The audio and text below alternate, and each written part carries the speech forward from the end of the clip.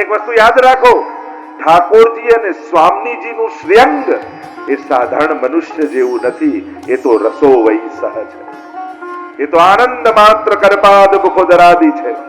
કેવલ મનુષ્ય આકાર જેવું છે, પણ એ પંચ ભૌતિક દેહ નથી, એ તો કેવલ રસમય છે, આનંદમય છે. અને એટલા માટે એ શ્રીઅંગમાંથી પ્રગટ થતું શ્રમજલ એ પણ સાધારણ મનુષ્ય જેવું નથી, એ આનંદ રૂપ રસમય જ છે. જ્યારે એ રાસનો રસ સમાયો નહીં પ્રભુના શ્રીઅંગમાં, ત્યારે એ શ્રમબિંદુ બની અને મસ્તક પર આવી ગયો. અને એ મસ્તક પર જ્યારે રસ આવ્યો, ત્યારે એ રેલો વહેતો વહેતો ઠાકોરજીના આંખમાં કાજલ હતું, એ નયનામૃતમાં ભળ્યો. એ રેલો આ વહેતો વહેતો આગળ પ્રભુ બીડું આરોગ્યા હતા, પાનની પીક અધર પર હતી, એ અધરામૃતમાં ભળ્યો.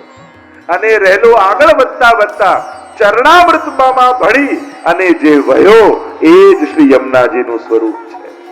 એટલે કે જેમાં પ્રભુના સકલ રસો અમૃતો જેટલા પ્રભુના શ્રીઅંગમાં બિરાજે છે, એ બધા અમૃતો જે એક રસ થઈને વયા, એ જ યમુનાજીનું સ્વરૂપ. સુરત શ્રમ બિંદુસી સિંધુસી બહી ચલી.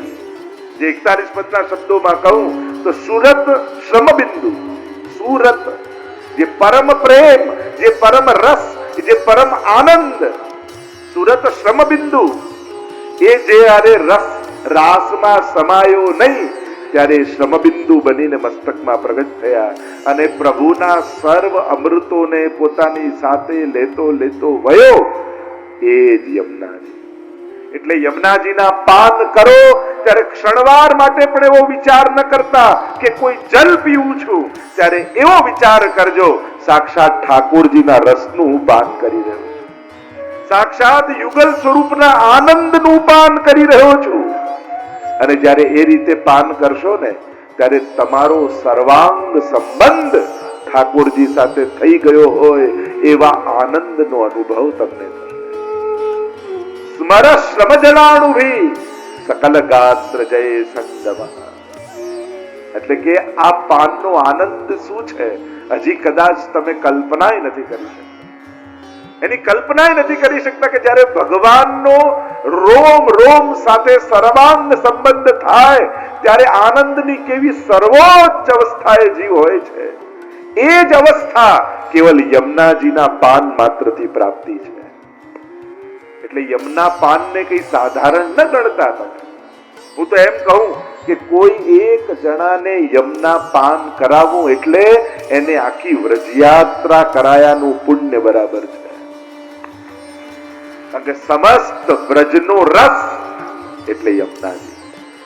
વ્રજમાં થતી 56 સ્થાનોની આ લીલાઓ, વ્રજ કમલ છે ને, તમે વ્રજ જુઓ તો કમલાકાર છે વ્રજ, અને એની 56 પાંખુડીઓ છે, 32, 16 ને 8 એ રીતે. એટલે જ વ્રજ કમલનો જો આપણે 56 ભોગનો મનોરથ કરીશું છેલ્લા દિવસે. 56 ભોગ એટલે શું? 56 ટાઈપની સામગ્રી? અરે ના, એમાં તો અનેક પ્રકારની સામગ્રી હોય છે. 56 ટાઈપની સામગ્રીનો ભોગ એ 56 ભોગ નથી, 56 પ્રકારના ભાવનો ભોગ એ 56 ભોગ છે. એટલે કે વ્રજમાં 56 સ્થળ મુખ્ય છે. વ્રજનો શેપ તમે આકાર જુઓ ને, મેપ એ કમળ જેવો છે, તો એની 32, 16 અને 8 એવી પાંખુડીઓ, એવા સ્થળ છે. અને નિત્ય અખંડ અહર્નિશ 24 કલાક એ 56 સ્થાનોમાં યુગલ સ્વરૂપની લીલાઓ ચાલી રહી છે આજે પણ. અને 56 સ્થાનોમાં થતી લીલાઓમાં વ્રજ ભક્તો પ્રભુને ભોગ આરોગાવે છે. તો એ 56 સ્થાનોમાં થતી લીલાઓનો ભાવનો ભોગ એટલે 56 ભોગ. એટલે આપણે ત્યાં સૌથી મોટો મનોરથ એ આ 56 ભોગનો મનોરથ માનવામાં આવે. એટલે 56 ટાઈપની વસ્તુ કે સામગ્રી ન માનતા, આ 56 પ્રકારના વ્રજ ભક્તોના ભાવ છે, અને એ ભાવથી તત્ભોગ આવે છે, એને 56 ભોગ કહેવાય. તો એમાં પ્રગટ થતો રસ એ શ્રી યમુનાજી છે. એટલે કે કેવલ યમુના પાન માત્રથી વ્રજની સકલ લીલાઓના દર્શન અને રસના અનુભવ એ કેવલ યમના પાનથી સિદ્ધ થઈ જાય છે. એટલે જ્યારે યમનાષ્ટકમાં આપણે ગાયું ને નમામિ યમનામહં સકલ સિદ્ધિ, આ સકલ સિદ્ધિમાંની એક સિદ્ધિ એ છે સાક્ષાત આજ નેત્રોથી ઠાકોરજીની લીલાના દર્શન થાય. આ યમુનાજી નું સામર્થ્ય, પ્રભાવ છે, કૃપા છે, દાન છે. એટલે જ તો કહ્યું યમનાસી નાહી કો ઓર દાતા. હું વચ્ચે વચ્ચે 41 પદોના પંક્તિઓને લેતો જઈશ એટલે આખું સાર લઈને, કારણ કે 41 પદ લેવા 3 દિવસમાં સંભવ નથી. મારે તો તમને સાર પીવડાવો. મને પતાવવામાં રસ છે જ નહીં, મને પહોંચાડવામાં રસ છે. યમુનાજીનું એક બિંદુ પણ તમારા હૃદય સુધી પહોંચી ગયું ને તો કામ બની જશે. ગોપાલલાલજી પ્રસન્ન થઈ જશે, એમની કૃપાના અધિકારી થઈ જશે. અને આ દર્શન સ્વયં ગોપાલલાલજી કૃપા કરી છે, જે આગળ ચર્ચા કરીશ. તો આધ્યાત્મિક સ્વરૂપના મહાત્મ્યની ચર્ચા કરી રહ્યો તો યમ દ્વિતીયાનો દિવસ યમરાજાના બહેન છે યમ ઉના, એને કહેવાય યમના. મૂળ નામ છે ને યમુના. ઉના એટલે નાના બહેન, અને યમના નાના બહેન, એમનું નામ યમુના. અને ભોજન કરવા માટે બોલાવ્યા યમરાજાને. ભોજન કરાવ્યા અને કહ્યું કે કંઈક વરદાન માંગો.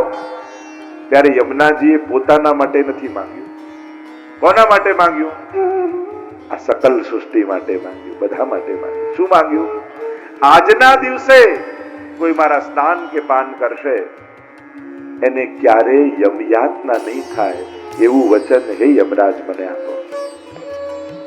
અને વચન આપ્યું આજના દિવસે જો કોઈ સ્નાન પાન કરશે તો એને હું ક્યારે પ્રતાડિત નહીં કરું. કારણ તારો દીકરો થયો, કારણ કે તમે જલના પાન કરો છો પણ યમુનાજી તમને પયના પાન કરાવે. અને હવે તો હું મામા થઈ ગયો. અને આપણે ત્યાં કહેવાય ને માં મારે પણ મામા ન મારે. આપણે ત્યાં એમ કહેવાય કે માં કદાચ મારે પણ મામા ન મારે. તો યમ દ્વિતીયાની બીજી તિથિ અને ત્રીજી તિથિ યમુનાજી સંબંધી, અને એ છે ઠકરાણી ત્રીજ. આ 3 તિથિઓ યમુનાજી સંબંધી મહત્વની. અને આજે મહાપ્રભુજી ગોકુલ પધારે. જો ભાગવતજીમાં ભક્તિની કથા આવે છે.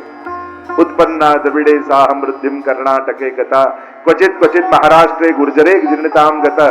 કે દક્ષિણ દેશમાં ઉત્પન્ન થઈને કર્ણાટકમાં વૃદ્ધિ, એ મર્યાદા ભક્તિની વાત છે. પણ પુષ્ટિ ભક્તિ તો ભગવદીઓએ ગાયું, ભક્તિ ગોકુલ તે પ્રગતિ. પુષ્ટિ ભક્તિનું પ્રાગટ્ય તો ગોકુલથી છે. ગોકુલ શ્રી મહાપ્રભુજી પધાર્યા, યમુનાજીના તટ પર પધાર્યા. સહજમાં ઠાકોરજીની લીલાના સ્થળોને પ્રગટ કરી રહ્યા છે. દમલાજી સાથે છે. સહજમાં મનમાં જિજ્ઞાસા થઈ, દમલા આ ગોવિંદ ઘાટ અને ઠકરાણી ઘાટ તો બિલકુલ એક સરખા લાગી રહ્યા છે. યા મેં ગોવિંદ ઘાટ કોણ સો और ઠકરાણી ઘાટ કોણ સો? સહજ મનમાં શંકા પ્રગટ કરીને વચનો આપના મુખમાંથી નીકળ્યા.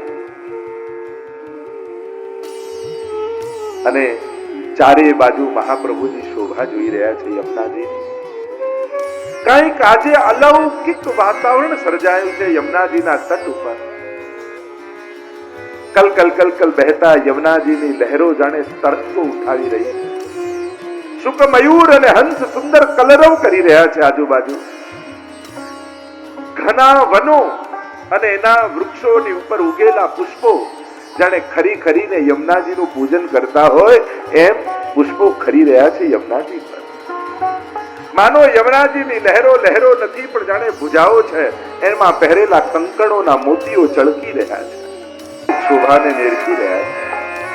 સુંદર કલરવ પક્ષીઓના થઈ રહ્યા છે. અનેક લાલ કમળો શ્રી યમુનાજીમાં ખીલ્યા છે. મહાપ્રભુજીને થયું કંઈક આજે અલૌકિક બનવાનું છે. સહજમાં પ્રશ્ન થયો દમલાજીની આગળ, દમલા યા મેં ગોવિંદ ઘાટ કોણ છો, ઠકરાણી ઘાટ કોણ છો? અને એટલામાં યમુનાજીમાં ભ્રમરો પડવા લાગ્યા અને ભ્રમરમાંથી 16 વર્ષ યુવતી સ્વરૂપ બોલો શ્યામ સુંદર શ્રી યમુને મહારાણી જી જય।